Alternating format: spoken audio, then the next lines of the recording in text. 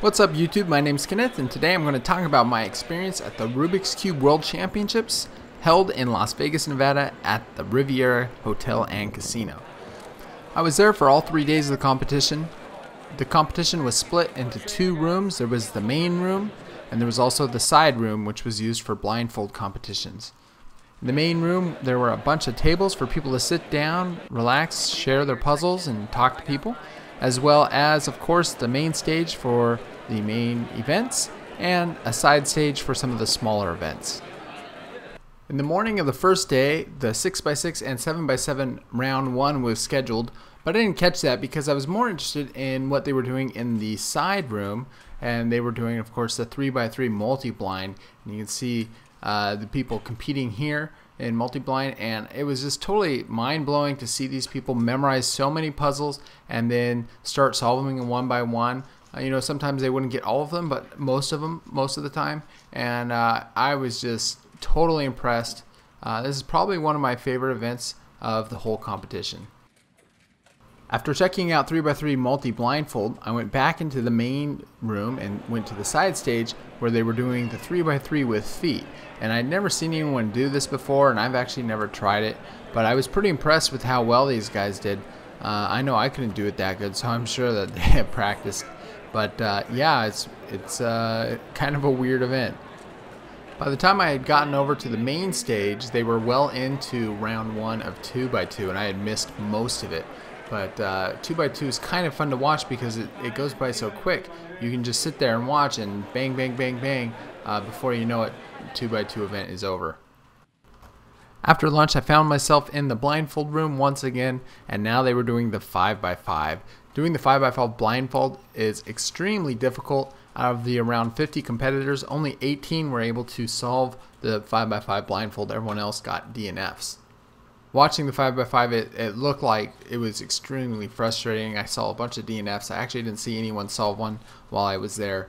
But Marcel Andre actually won this event, and not only did he win it, he got a world record, and he memorized and solved a 5x5 in 6 minutes and 6 seconds. So that is totally amazing. Back in the other room on the side stage, they were doing Pyraminx, and I actually missed the 5x5 on the main stage, but I did catch the Pyraminx. And then on the main stage, they were doing Pyraminx. A lot of people were up there solving the Pyraminx. Kind of fun to watch. For Pyraminx round 1, I got a ton of footage of a bunch of different people solving the Pyraminx. I'm not going to show you all of them, but here are just a few. Pyraminx is a puzzle that I never really got all that into, maybe because mine never turned very well. I'm not sure. Next up on the main stage was 3x3 blindfold, and I'm going to show you this entire solve. This is Gabriel Castillas, and the 3rd fastest solve of the entire competition. You can see now he's memorizing the cube, and I'm so impressed that it only takes, check it out, only 10 seconds to memorize a Rubik's Cube, and then now he's solving the puzzle, and he's solving it blindfolded now faster than I can solve a Rubik's Cube with my eyes open. So totally mind-blowing, and the entire time is just 27 seconds.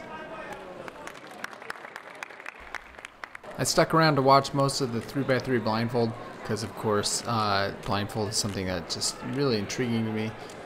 There were a couple DNFs, but there were a bunch of other good solid times, including this one of Noah Arthur's. Check out, only 11-second memo. That's amazing, and he solves it in a very fast time of 32 seconds. Meanwhile, on the side stage, they were doing the Rubik's Clock, and Rubik's Clock is a puzzle I don't have, but it was one I wanted to watch because it was something I'm a little interested in, just because I don't have one and I've never really seen it before. After the clock, all that was left for the day was 3x3 fewest moves, but I was unable to see that because I head out for a date with my wife. The next day, the 3x3 multi-blind solvers were at it again, trying to get a good result. And so here we have Tim Wong, and this is his 2nd attempt, and he was able to solve 20 of 23 his 2nd attempt. I was totally impressed. that was good enough for second place.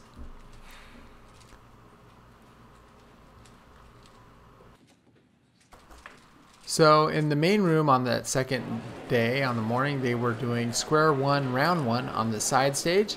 And square one's not a puzzle I spend much time with, but it was cool to see these people solve it so fast.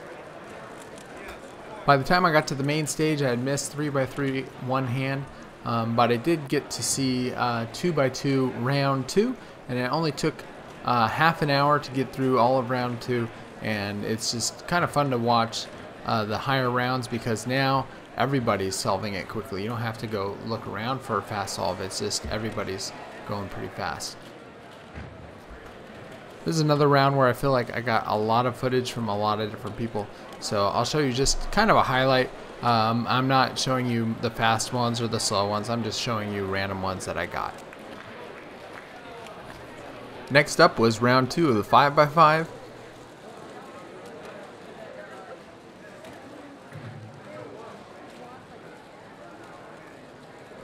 During the 5x5 round two, Felix gave the fastest time of the competition with 53 seconds, only 2 seconds away from his world record of 51.09. After lunch, it was time for 3x3 round one, and I didn't get too much footage of 3x3 round one, partly because I was in it. I didn't do that great compared to everybody else, but I was very happy with my 23.63 because it was a personal best for me in a competition. But yeah, nothing compared to these guys. Next up on the main stage was the 4x4 round one. On the side stage, they were doing the clock final and Megaminx final and Pyraminx round two. I missed all of that, but after that, they also were doing square one final, and I did get to see some of the square one final. After square one, all that was left for the day was 3x3 fewest moves, and again, I did miss that. And that was pretty much it for the competition of day two. But that night there were some seminars that I was able to go to. I got the end of the Square One seminar by Andrew Nelson and Dan Cohen, and I did get to see the Blindfolding Seminar, which was something I really was interested in, and that was by Noah Arthurs. And after that, they had a seminar for 3x3 speed solving, and the hosts were Felix Zemdegs, Cornelius Dykman, and Mats Volk. After each of the seminars, they did answer questions from the audience, and after the last one, they actually did a factory solve or a team solve, and the way that works is each person does one part of the solve, so they all do the cross and they pass it over, and then they all do one F2L pair, and then they pass it and keep on going until the puzzle is solved. And so this is like the dream team of a factory solve. So here's how they did. After that, I had fun walking around, watching what everyone was up to. A lot of people were participating in the national team relay event, and basically what that is you get 4 cubers, and one cuber solves, and then they give their partner a high five, and then the next one goes, and you do it until all of them were done. And that was a lot of fun to watch. I walked around, there was other things going around. I saw people doing team blindfold, and I saw the mosaic competition. I don't know if it really was a competition or it was just mosaic building. And yeah, the people were just hanging out, having a good time, playing with their puzzles. Some people were modding puzzles, some people were trading and selling. I mean, there was just a lot of stuff going on in that room. Before going to bed, I wanted to see how I ranked. Last time I went to the World Championships in 2003, I solved the Rubik's Cube in 25 seconds, and according to WCA, I got 26th place. This time I solved it my fastest in 23 seconds, averaged about 30, and this time I got 456th place. The next morning I missed the 4x4 round 2, but I did catch 3x3 one-handed round 2, and watched a bunch of these guys solve with one hand faster than I could solve with 2. From there I went to see 4x4 Blindfold.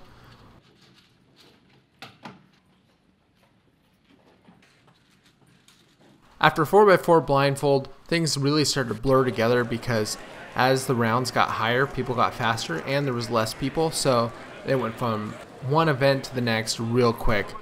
So first we had 5x5 round 3. Next up was the 6x6 final. Kevin Hayes won.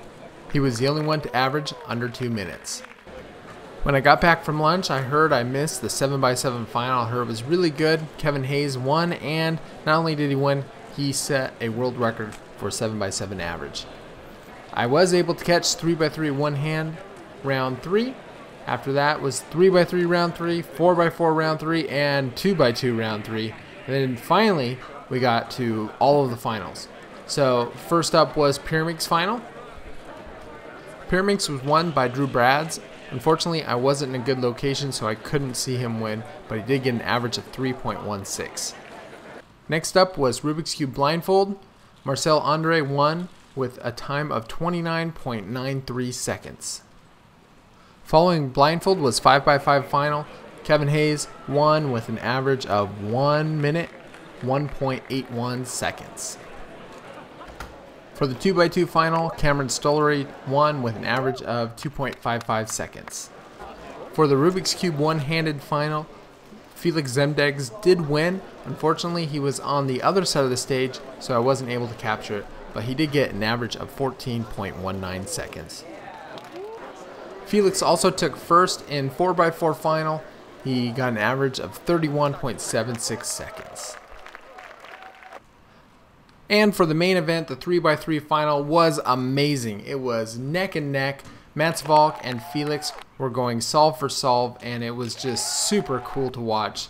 Of course, Mats Valk needed at least an 8.1 on his last solve just to have a chance of winning, and he got that 7.76, but then it was a +2.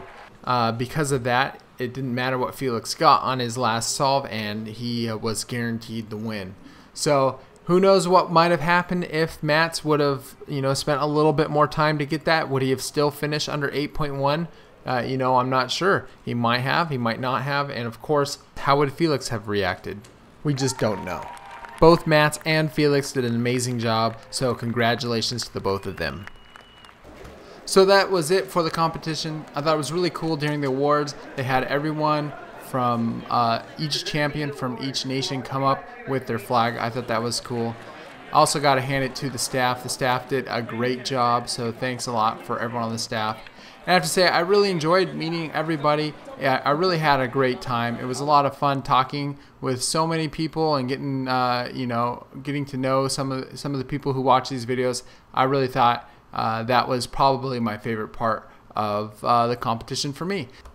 So that's pretty much it for this video. Thanks guys for watching. I know it's a long video. If you guys got all the way to the end, you guys are awesome. Alright guys, thanks for watching, and of course, have a great day.